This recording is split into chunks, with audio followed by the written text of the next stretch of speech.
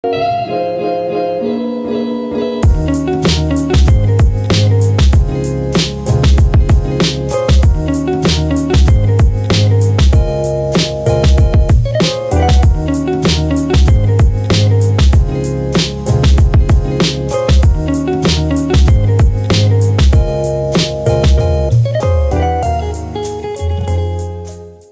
video is episode 4 in my How to Build Stuff series.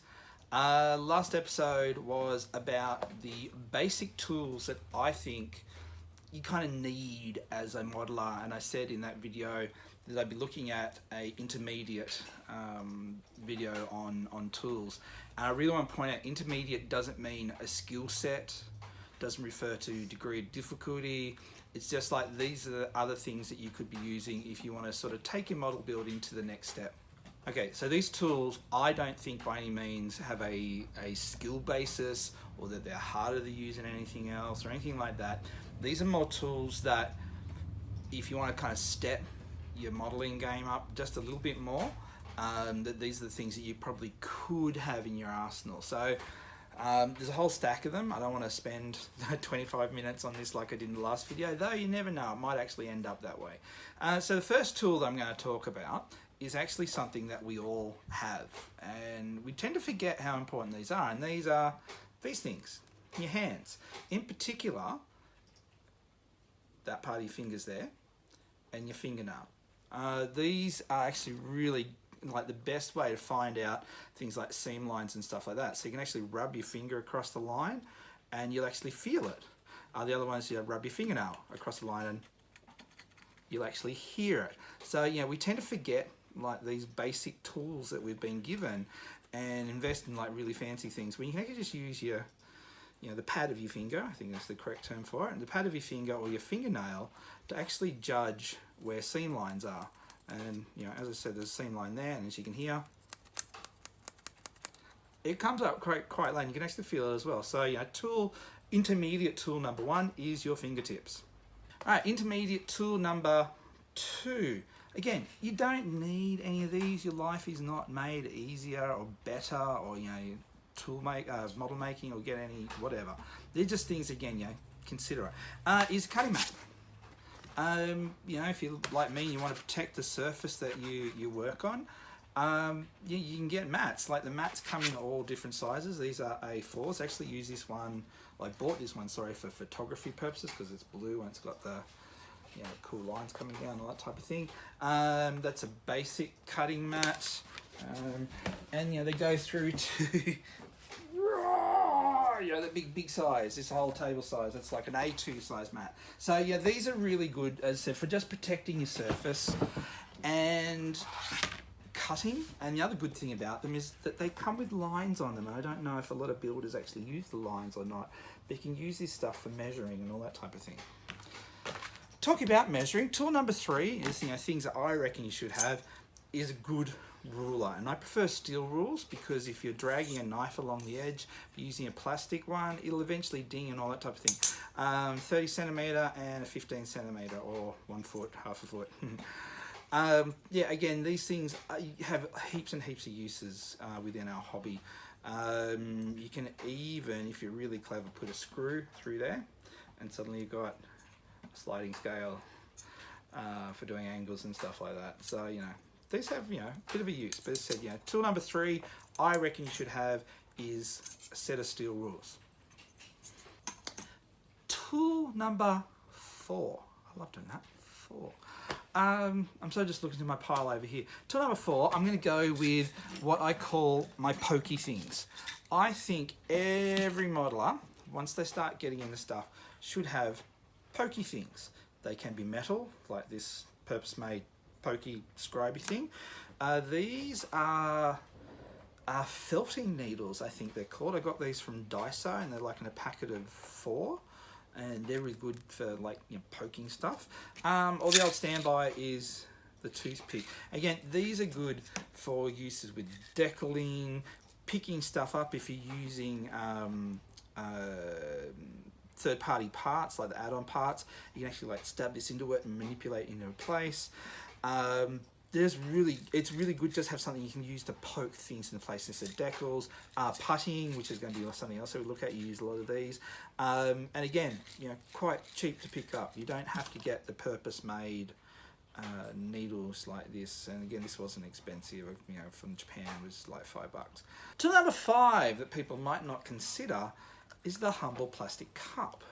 These are again really good for just putting water in, and I probably wouldn't use these with thinners, but you can use these with things like ISO and stuff like that for cleaning and whatnot. And again, yeah, plastic cups, always good to have a couple hanging around because you never know when you'll need them. Don't forget the big ones. These are shot glasses that I picked up from my local store, and you know, it was about $5 for 30 of them type thing. I've got cups come out the wazoo. So again, it's something to consider as in your you know, your tool making model kit box thingy. Tool 5, 6, I can't remember what we're up to now. Good set of tweezers. Like honestly, I would have put these in my basics video. I use these so much. They're just so good for everything, whether it be putting parts in, putting joint pieces in. My daughter's just sitting here looking at me strangely. Doing decals and all that type of thing. Again, you could substitute this for a pokey thing if you want. I have 2 types. I prefer the curved nose ones. I just like them to get in there. And obviously straight nose. You can also get reverse ones. I don't have any reverse ones up here. And reverse ones are really good for holding parts as you're working on them and stuff like that. So yeah, you know, consider adding these to your arsenal if you want to upscale your modeling skills. Tool number 7. Most modern kits don't need glue. Let's be honest, but if you start getting into anything that's sort of made outside the last 5 or 6 years, in gunpla or if you're even model cars or something, you will need glue. Now, I have a range of glues. That's an all-purpose ABS glue. So this will stick anything. Unfortunately, it's gone hard, and I don't know why, so I have to have a bit of fiddle around with that. But that was really good when I was using it. And the reason why I like these bottles is they sit flat and they're not going to tip over. Pro tip, pro tip, pro tip, pro tip. If you're using blue tack and a flat lid, you can actually glue your stick your bottle onto the lid. It's not going anywhere because the last thing you want to do is spill glue all over the place. You can also get nail polish bottle non-tippy things on eBay for a couple of bucks, which I've seen but I don't actually own. My glue of choice, where'd it go, is a bit of a homebrew, and it's ma.k, which is a solvent-based chemical. And there are 2 types of glues, I guess, that you have to be aware of. So you've got traditional glue. This is white glue, PVA. I just keep it in a little bottle. It's good for dipping stuff in. This dries clear, but it has a really short gluing time on it, or drying time. The other ones that we've got are your CA or super glues. They come in 2 types, so you can have a thin or a thick or a gel. I use the gel stuff because it takes a little bit longer to dry, so it gives you a bit of movement time and all that type of thing. Again, I buy these in bulk from eBay, really cheap. You get them big charts, it's like 30 for $10 or something. You can also get like the gels, I think it's Loctite gel from most hardware stores. It works really well. I like this stuff just because it's cheap and disposable.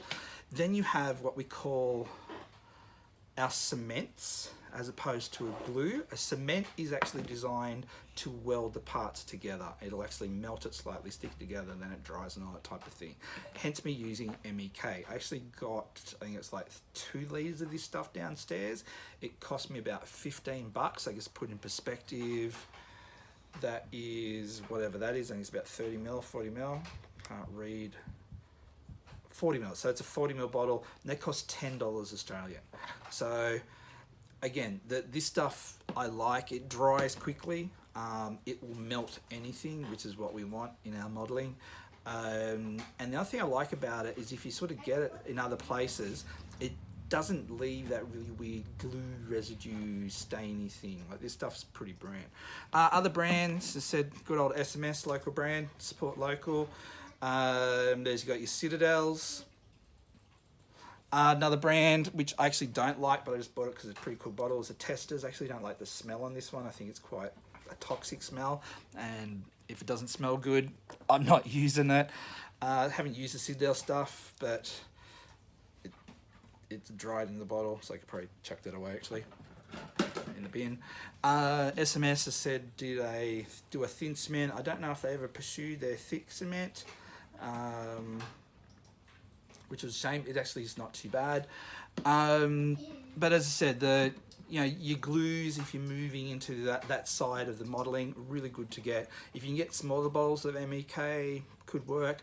Other stuff that I've heard that people are using is plumbers PVC pipe cement stuff. It's blue or red, and it works really well. At least then you can see where the glue is. But if you're doing non-painted builds, probably not the best stuff to use. Tool number 8 in my little arsenal of things that I reckon you could have just to up your building just a little bit is a set of modelling pliers. These are no brand ones. These are the Tamiya ones, and the thing that sort of marked these from other pliers is it has a plastic facing, which is non-damaging. Again, these are really good for holding stuff, squeezing. I like these ones because it's got 2 different settings. Kit I was building this morning, I was actually using these quite a lot because it was not the best kit with regards to parts fitting, so you can put stuff in and squeeze them together. And yeah, seemed a good job, do a good job. So they were about $5 online. These ones a little bit more expensive, come in about $20 from memory, could be about 25. But again, something I reckon you should have at least 1 pair of in your toolbox if you want to take your modelling to the next level. Other things I reckon that you could have in your toolbox, this is what number 9, is a good old-fashioned paintbrush. Just used for cleaning. It's really good. Some people use toothbrushes. They work for them. I like the brush. And again, you get like a set of 3 or 4 from the $2 shop. And I said, just good for dusting parts off when you've been sanding and stuff like that. Clean your bench down, all that type of thing. Talking about cleaning your benches, this is probably the most expensive intermediate tool that I'm going to show you today. Maybe it might be one, I think. And it's a mini vacuum cleaner. Again, you want to keep your bench clean, suck up all that dust, all that type of thing. Not too bad. It was about $10 or $15, I think. I got these in Japan. So again, something to kind of think about. Okay, something else I reckon you can have in your collection. This is what, number 11, I think. Again, I should be keeping track. I'll do a little counter somewhere around here somewhere in post-edit. Is modelling tape. You can get in different sizes. This little stand, again, I bought in Japan from a Daiso, and again, it's just like a little tape stand. And these are really good, so you can use these for like panel lining, how thin that one is, masking, all that type of stuff, even just holding stuff together as you're working on it. It's non-sticky, doesn't leave residue, doesn't leave that tapey on your stuff. And yeah, highly recommend it. Different brands you can get, you sort of see by the different colouring. This is a cheaper brand, and these are the Tamiya brands, so something to consider. Second last tool that I reckon you should have in your tool set if you want to up your game is what we call our putties, and there are two or three different types you can get. You can get your 2-part putties. This is green stuff, this is milliput. Tamiya does some really nice ones as well. Oh, the sun's just started to come through the window. Tamiya do some really nice ones as well. I don't have any of the Tamiya stuff. The other putty that you can get, and I'm really hoping I've got some, oh yeah, little tube, is our basic spread-on putty. Again, the putties, depending on what you're talking, like these don't sand very well. Milliput does sort of sand, but depending on how well you mix it, the green stuff again can sand okay. This is just for like filling in cracks and stuff like that. Do not use this for big cavity filling because you will melt the crap out of your plastic. Learn that one by experience, so don't do that. Obviously, when you start getting that type of stuff, you might want to get some sculpting tools as well. These are all dental tools. It's a little bit scary when you think about it, and you can buy these from different shops. Another little pokey thing for ceramics. So yeah, you get these stuff, which is pretty cool. Okay, so that was our putties. Now last tool, again, can be quite expensive, but there are cheap ways around doing it. And it's what's called sanding plates. Now these plates are really good for sanding stuff. And these are by Minishima, not cheap by any stretch of the imagination.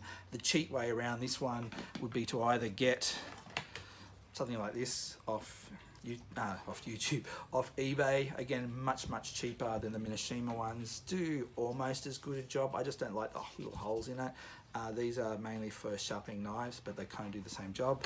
But the other thing you can do is actually get a sheet of sandpaper and stick it onto like a piece of cardboard or a piece of wood, and you basically have got the same thing, and you can make it any size that you want. Alright, our last tool, I think I said last one was last tool, but I keep seeing things on my bench and I'm like, oh, that's really awesome, is what's called a part separator. This is the wave one, but again, I don't have one here. You can get exactly the same thing from Daiso for like $2.80. It's exactly the same. It has a black handle instead of a blue one. And again, this is used for you getting in between parts. So you put something together and you want to separate it out. So you stick it in there and you click it. And it's a better way of trying to separate parts other than using a knife, which you can slip and cut yourself and all that type of thing. So yeah, part separator, really worthwhile getting for your kit. And that was it. It was a really quick run through of the tools that I kind of use in my second level type thing. So obviously my first level, my basics are, as I said, knife, nippers and sanding. Like, you have those, you can build anything pretty well much. These other things I would add into like that next level above it. Glues probably should have been in the basics, but most of the modern gunpla kits don't need glue. They are snap tights or snap fits, so you could get away with that type of thing. But yeah, look, I would look at these as, if you're building up your toolbox, go with the 3 basics. Glues should be probably like number 4 on the list. A cutting mat, I reckon, would be number 5 on the list. And then after that, really, it's up to you what you would see as a preference. So realistically, there's three basic tools, 2 other additional semi-basic tools, and then the sky's the limit. Right through to ultrasonic cutters.